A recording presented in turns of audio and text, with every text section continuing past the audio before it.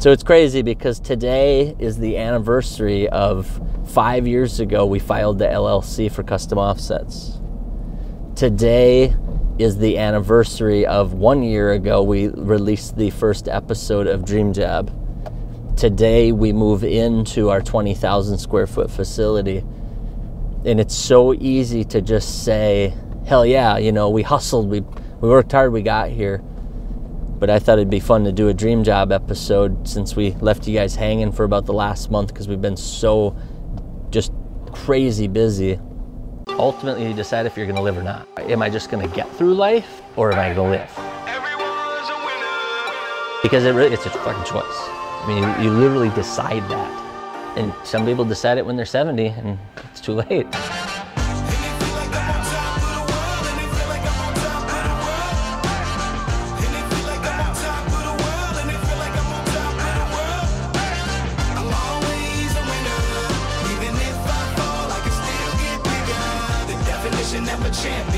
Definition of a champion, no.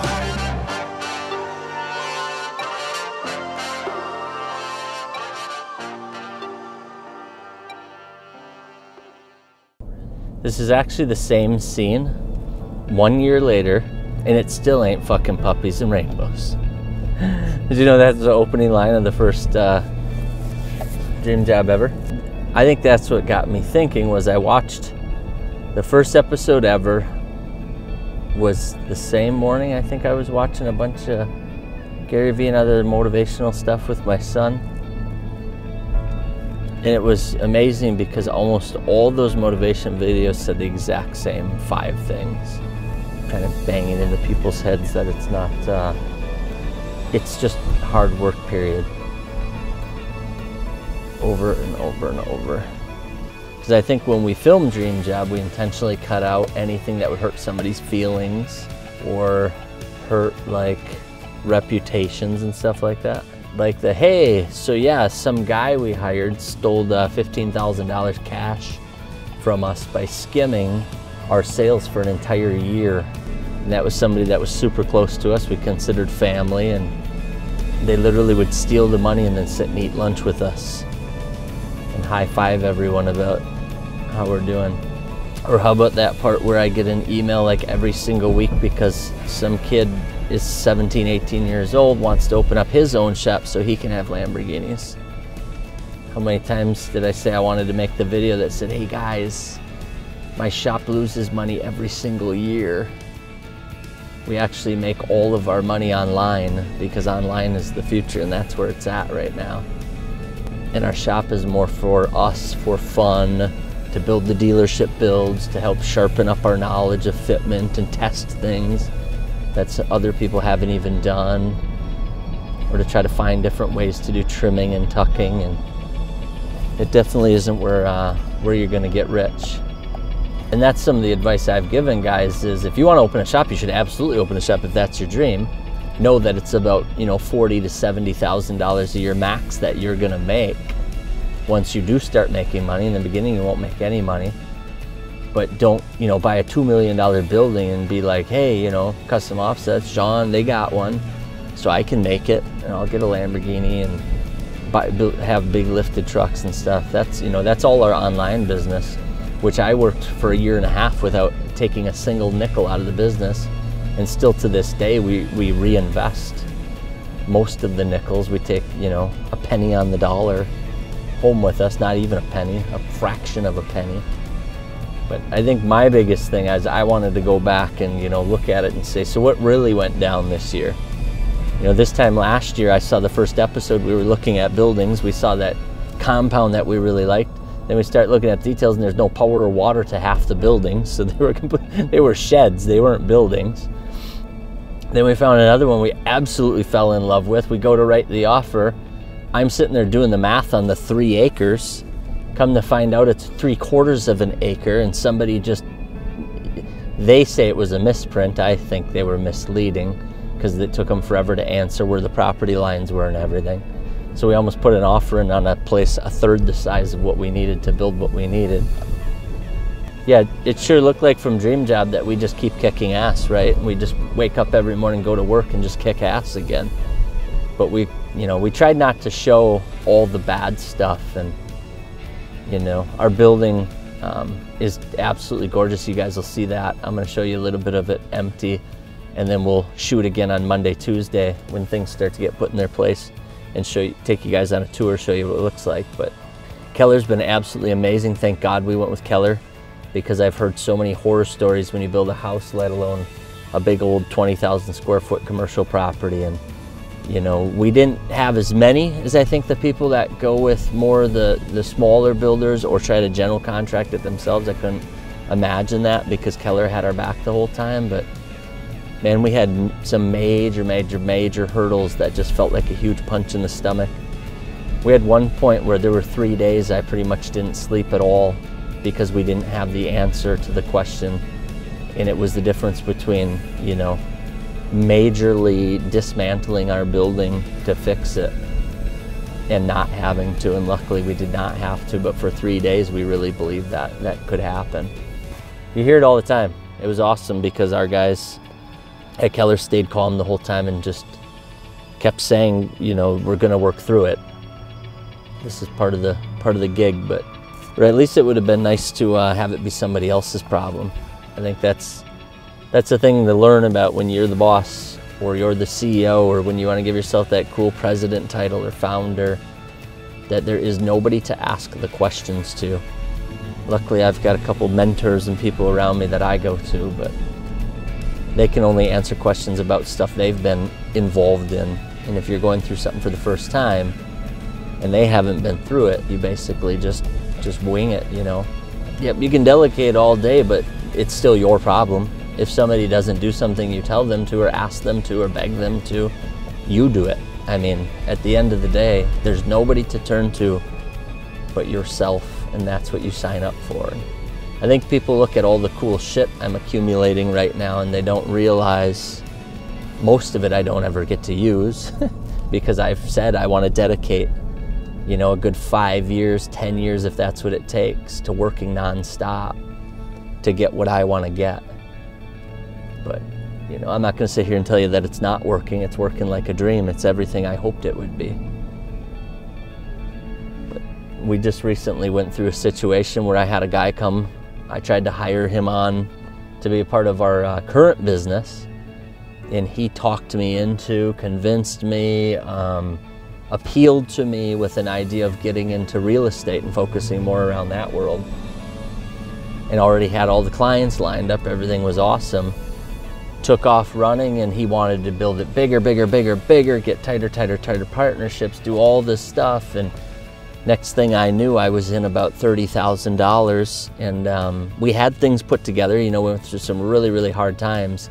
In 90 days, it was some of the craziest shit I've ever been through. And working, 15, 16, 17 hours a day, worrying the other 8, 10 hours a day. And then we finally get it all going, and he walks in my office and says, "Oh, I think I'm going to take a job somewhere else." And literally left me standing there with $30,000 in debt and 4 months of my life wasted. And he was leading the entire project, so now I was on my own to basically decide. And that's the point we're at right now. I'm going to decide. Right now I'll just take it slow and still do some real estate, but definitely have backed completely out of going crazy and trying to grow it rapidly. We're going to grow it smart and slow for what we do, get involved with real estate. That was a huge lesson learned. I had convinced myself I could be a serial entrepreneur. If you ever look at my Instagram, I even put it on there, because I was basically setting the pace for where I wanted to go next. And now I don't want to be that at all. I have literally, what was the one? Oh, the rental business. We gave that a shot. Rented the vehicle out. The first time, guy gets drunk, makes us come pick up the vehicle in some random golf course. And of course he locked the fucking keys in the vehicle. So we had to have the cops come get the keys out of the vehicle, because we didn't realize to have the spare set available. I think they were up north with me or something like that. That taught us really quick that I don't have the patience to make, $20, $30 per rental when it's going to waste my Saturday scraping some drunk guy up out of a parking lot and trying to get my keys out of my vehicle because he locked them in there. It's been a doozy. We've had, we're going through a tax audit right now, you know. You think you do a good job, but when they tell you, oh yeah, by the way, we would like to audit back to 2014. And I was like, that's a couple years ago. And then I was like, wait, a couple years ago means we were still in my garage and running everything on notebooks and paper receipts. And so now I'll be spending the next couple of months digging through little paper sales receipts to try to find out, you know, where we did it perfectly and where we had opportunities or whatever from our first days in business. We had a company basically steal our name and logo on national TV, so that was super cool. So we're going through the legal matters with them right now. We have another company that thinks it's fun to steal our URLs and redirect them to their business. So we'll be going through legal action with that. It's amazing because a year ago we hardly had an accountant. I did all the accounting. We definitely didn't have any lawyers, didn't work with lawyers at all. Now we've got them looking through all of our stuff. We've got practically a half-time accountant because he's going through all the audit stuff and having to redo all of that. Or not redo it, dig it all up to prepare for the audit. So it was like, you know, you start in the garage and you're like, I just want to make a little more money, a little more money, a little more money. Then when money became not the issue, it was like, I just want to build this humongous company. All of a sudden I'm going, well, you know, with humongous companies come humongous responsibility. I don't know whose voice that is, but I feel like I've seen that in a TV show. It's not all going to be puppies and rainbows. I think I tried to tell you guys that, but you didn't believe me. I think I was trying to tell myself that so that I would be prepared for this, but nothing will prepare you for how bad it can get at times. Fuller started like 5 businesses in the last year. None of those succeeded. I started one. BMW coating. That's not a business. That was just me offering. If you're making profits, it's a business. Fuller and I had a competition so you could fail the most businesses this year, and I think it's a tie. But it's fun, right? And that's why I gave you shit when I saw you start it, because I do the same thing. Lucky for me, Ben doesn't pick on me too bad when my ideas fail, because the good news is you only need 1 in 10 to be huge. You know, I can flip all this around in 2 seconds and say, oh, by the way, Fitment Inc. has grown, Fitment Industries has grown 4 times in the last week. They have sold more in 1 week than they sold all last month. And they are on pace, they're outpacing Custom Offsets, which is 5 years old on YouTube subscribers. So it's only a matter of time before Fitment Industries is bigger than Custom Offsets. And we'll be doing $100 million a year in sales. And we'll have, you know, 50, 60 people working with us. And that's what I do, is I just think about that part and then I fall asleep at night. Bought some Litecoin, made $3,000 in a week. Lost $6,000 in the last week. I was like, wait for it. Where's the rest of the story? Yeah.